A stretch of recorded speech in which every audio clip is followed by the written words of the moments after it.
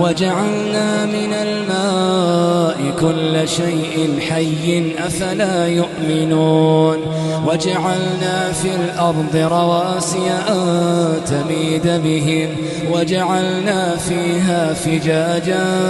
سبلا لعلهم يهتدون وجعلنا السماء سقفا